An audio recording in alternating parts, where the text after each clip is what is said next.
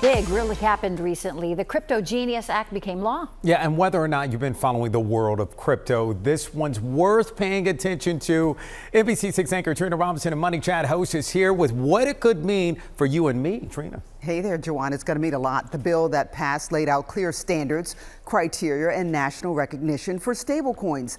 I spoke to a number of experts on Money Chat about why this is such a big deal for the crypto industry. Ever have to send money overseas and the transaction not only cost a fortune, but it also took forever for the recipient to get cash in hand.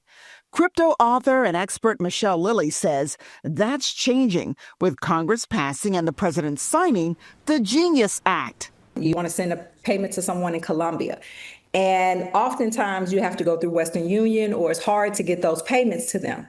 But you can use a stable coin that's pegged to the US dollar so it doesn't lose its value like Bitcoin or Ethereum by the time that they receive it.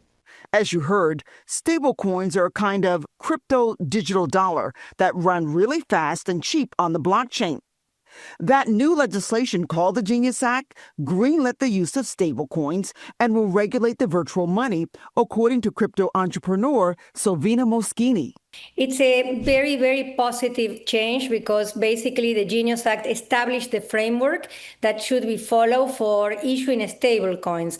The Genius Act is shorthand for Guiding and Establishing National Innovation for U.S. Stablecoins and is the first federal law of its kind and provides strict consumer protections, including full one-to-one asset backing pegged to the U.S. dollar or U.S. treasuries and independent audits, along with a licensing pathway through the Office of the Comptroller.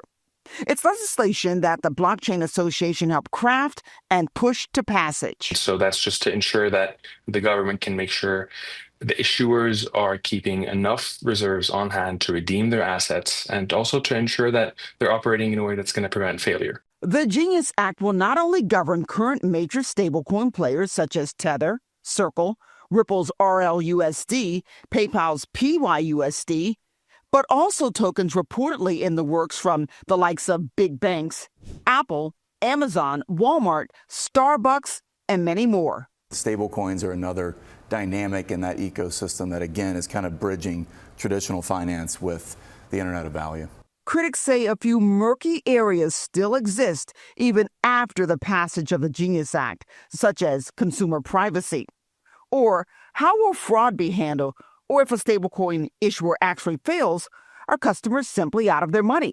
Crypto attorney and author Amanda Witt told Money Chat, the Genius Act is a great start, but additional guardrails are needed. Stablecoins can be regulated, and just like everything else, you can have anti-money laundering, counter-terrorist financing controls, and those things, I believe, are in the statute. So once you put those things into place, now companies know the rules of the road and what they have to do. And to Amanda's point, the Genius Act sets the stage for the next two major pieces of crypto legislation that Congress will likely take up before the end of the year. And to learn more about the crypto, stablecoins, and the Genius Act, tune in to Money Chat tonight on our streaming channels. Just scan the QR code right there on your screen for more information. Trina Robinson, NBC6 News.